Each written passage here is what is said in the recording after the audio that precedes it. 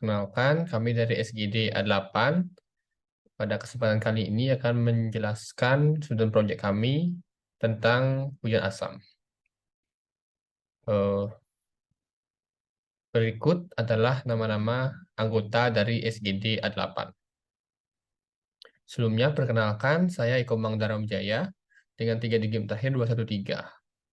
Eh, saya akan menjelaskan tentang latar belakang, di mana hujan asam adalah masalah lingkungan yang signifikan yang telah menarik perhatian selama beberapa dekade ini.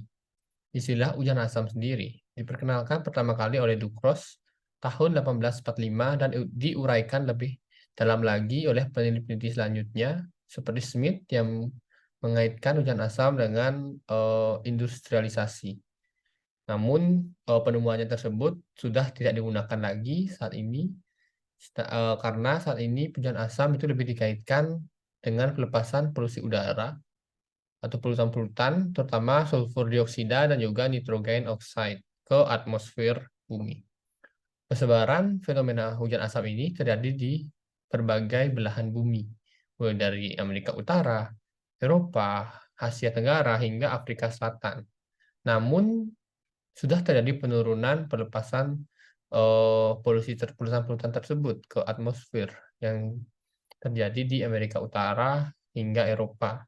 Namun di Asia Tenggara dan Afrika Selatan itu masih marak terjadi. Hal ini disebabkan karena adanya pembakaran bahan bakar fosil. Sangat banyak dampak hujan asam ini ke berbagai sektor kehidupan kita, mulai dari lingkungan, bangunan, dan kesehatan manusia. Kalau dari lingkungan itu akan menyebabkan kerusakan pada ekosistem baik itu darat maupun laut. Sedangkan di aspek sektor bangunan itu akan membuat struktur bangunan menjadi rusak karena usaha asam itu memiliki zat korosif yang akan menyebabkan kerusakan pada bahan-bahan bangunan. Bahkan kesehatan manusia bisa menyebabkan gangguan di pernapasan ataupun masalah kesehatan lainnya. Sehingga diperlukan penjelasan lebih lanjut lagi, lebih mendalam lagi, yang mudah dipahami oleh khalayak awam tentang bahaya hujan asam ini. Mungkin sekian dari latar belakangnya, bisa dilanjutkan oleh rekan saya. Terima kasih atas kesempatannya. Sebelumnya perkenalkan nama saya Eko Mawira Kusuma dengan 3 digit terakhir 029 akan melanjutkan presentasi mengenai rumusan masalah dalam penulisan student project ini. Nah, jadi ada rumusan masalah yang pertama yaitu apa gambaran umum dan juga definisi dari hujan asam. Kemudian selanjutnya apa saja faktor dan juga komponen pendukung dari hujan asam. Yang ketiga adalah apa saja teori mengenai mekanisme terjadinya hujan asam. Selanjutnya yang keempat apa saja dampak hujan asam terhadap lingkungan. Kemudian yang kelima adalah apa saja dampak hujan asam terhadap kesehatan manusia. Dan selanjutnya yang keenam adalah bagaimana keterkaitan antara hujan asam dengan prinsip ergonomi. Dan yang terakhir adalah bagaimana strategi dan juga teknologi untuk mengatasi hujan asam. Nah, jadi berdasarkan rumusan masalah tersebut, jadi ada pun tujuan penulisan dari student project ini, yaitu yang pertama mengetahui mengenai gambaran umum dan juga definisi dari hujan asam tersebut. Selanjutnya adalah mengetahui faktor dan juga komponen dan pendukung dari hujan asam. Selanjutnya adalah mengetahui teori mengenai mekanisme terjadinya hujan asam. Yang keempat adalah mengetahui dampak hujan asam terhadap lingkungan. Yang kelima adalah mengetahui dampak hujan asam terhadap kesehatan manusia. Dan selanjutnya adalah mengetahui keterkaitan hujan asam dengan prinsip ergonomi. Dan yang terakhir adalah mengetahui strategi dan juga teknologi untuk mengatasi hujan asam. Nah, jadi untuk penulisan student project ini ada pun manfaatnya yaitu secara teoritis dan juga secara praktis, di mana secara teoritis tentunya akan menambah wawasan dari mahasiswa terkait dengan penulisan student project, khususnya adalah mengenai hujan asam tersebut. Dan secara manfaat praktisnya adalah tentunya dapat dijadikan sebagai bahan pembelajaran tambahan untuk mahasiswa. Sampai itu juga nantinya dapat dipergunakan sebagai tolak ukur kemampuan mahasiswa dalam bentuk student project, terutama untuk memahami mengenai hujan asam. Dan yang terakhir adalah menambah kepustakaan yang ada di Universitas Udayana. Baik, mungkin sekian yang dapat saya sampaikan. Mungkin selanjutnya akan jelaskan oleh saya. Terima kasih. Terima kasih atas kesempatan dan waktunya. Sebelumnya perkenalkan, saya Geri Puspadevianti dengan 3 digit 030. Izin untuk melanjutkan presentasi mengenai gambaran umum dan definisi hujan asam. Jadi hujan sendiri merupakan fenomena alam yang dimana tetesan air jatuh ke dalam bumi. Hujan dapat berkisar dari ringan hingga lebat dan terkadang terjadi sebagai satu kejadian yang ekstrim. Terjadinya hujan di suatu wilayah sangat dipengaruhi oleh monsun, yaitu angin yang bertiup dari suatu tempat di bumi tergantung pada musim. Hujan asam sendiri yaitu presipitasi dengan pH kurang dari 5,6, di mana terjadi ketika senyawa sulfur dan nitrogen bercampur di atmosfer.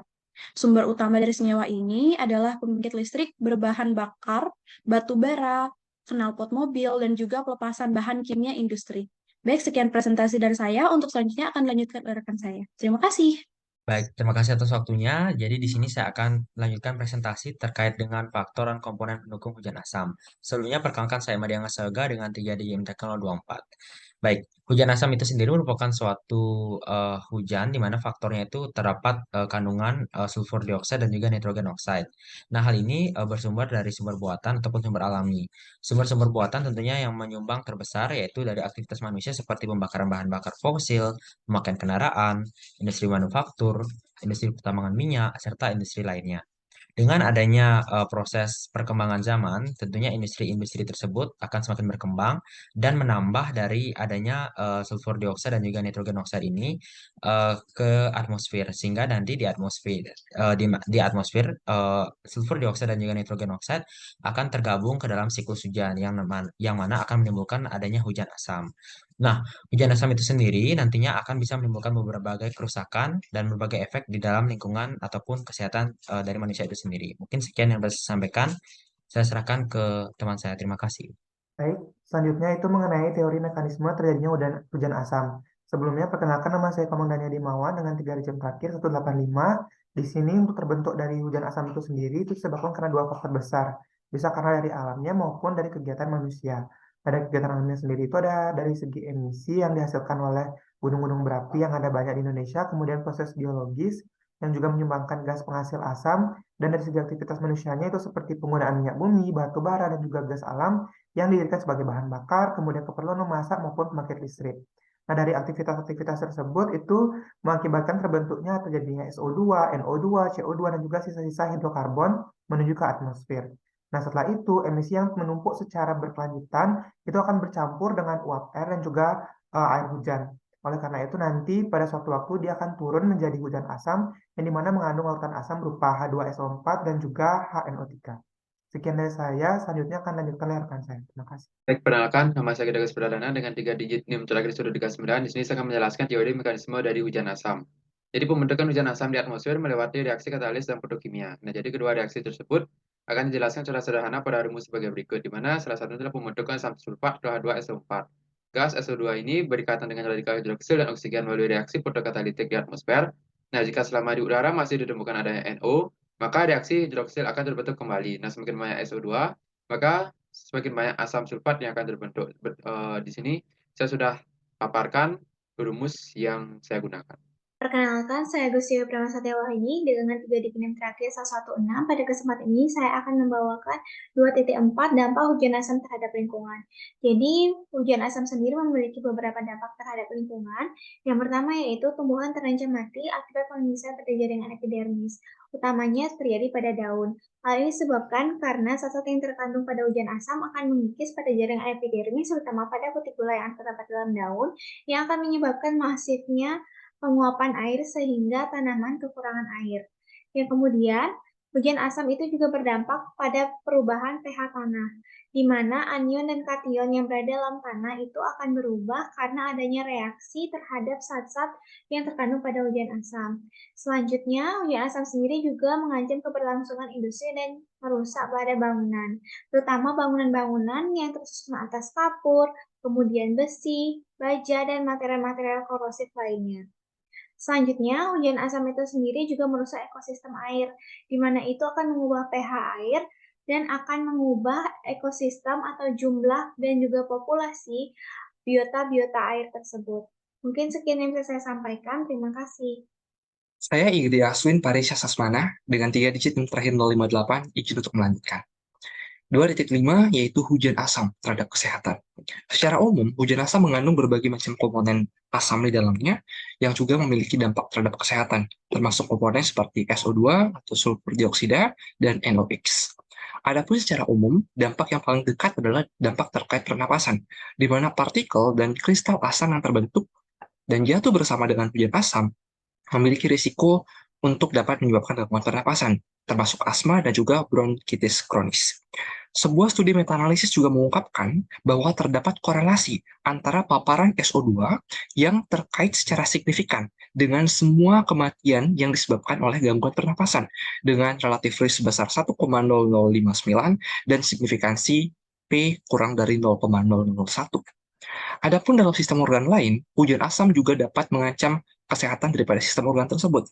Termasuk juga beberapa studi menunjukkan hujan asam ditemukan berkontribusi terhadap pembuatan ataupun penumpukan serta pembentukan daripada plak aterosklerosis serta plak yang dapat menyumbat pembuluh darah. Selain itu, pada mukosa serta kulit, hujan asam dapat menyebabkan terjadinya iritasi ataupun kerusakan pada organ lainnya. Selanjutnya. Terima kasih atas waktunya. Perkenalkan, nama saya IGD Agus Budiawan. Di sini saya akan menjelaskan 2.6 tentang keterkaitan hujan asam dengan riset ergonomi. Sebelumnya, saya akan menjelaskan apa itu ergonomi. Ergonomi merupakan studi tentang aspek manusia dalam melakukan kegiatan bekerja yang dilihat dari segi fisiologis, psikologi, engineering, desain perancangan, dan manajemen. Konsep ergonomi ini sangat diperlukan untuk meningkatkan kenyamanan bekerja saat melakukan aktivitas sehingga dapat meningkatkan produktivitas. Hal yang diperhatikan dalam konsep ergonomi adalah nutrisi, kemudian postur tubuh atau posisi saat bekerja, kondisi lingkungan, dan kondisi waktu. Adapun ruang lingkup ergonomi, yang pertama ada ergonomi fisik, kemudian ergonomi kognitif, kemudian ergonomi organisasi, dan ergonomi lingkungan. Nah, salah satu dari ergonomi lingkungan itu yaitu hujan asam. Hujan asam ini terjadi karena peningkatan emisi gas hasil bahan bakar dan biomasa seperti karbon dioksida, karbon monoksida, nitrogen, sulfur dioksida, metana, nitrogen oksida ke udara sehingga mempengaruhi konsentrasi ozon. Sekian, selanjutnya akan dijelaskan oleh rekan saya. Terima kasih. Izin untuk melanjutkan presentasi. Sebelumnya perkenalkan, nama saya Fani Pramesti dengan 3 digit NIM terakhir 022. Jadi saya akan presentasikan terkait dengan strategi penanganan dari hujan asam itu sendiri. Yang pertama ada implikasi kebijakan di mana meningkatkan kesadaran masyarakat terkait dengan hujan asam. Lalu ada pembatasan penggunaan batu bara bersulfur tinggi. Lalu mengadakan kesepakatan dengan industrialisis dalam mengendalikan hujan asam, di mana pemerintah dapat melakukan kesepakatan untuk menangani dari hujan asamnya. Lalu ada peralihan bahan bakar, di mana peralihan bahan bakar adalah salah satu metode termudah untuk mengurangi emisi pembakaran batu bara dengan emisi tinggi belerang. Lalu penggunaan batu bara dengan sulfur rendah dan juga mengurangi penggunaan batu bara. Baik, sekian dari saya. Bisa lanjutkan oleh teman saya. Terima kasih. Di sini saya akan melanjutkan presentasi dari teman saya. Ini sebelumnya saya izin memperkenalkan diri. Saya Gus Pitago Mendayana dengan 3 digit NIM terakhir 235. Di sini yang pertama ada peralihan bahan bakar.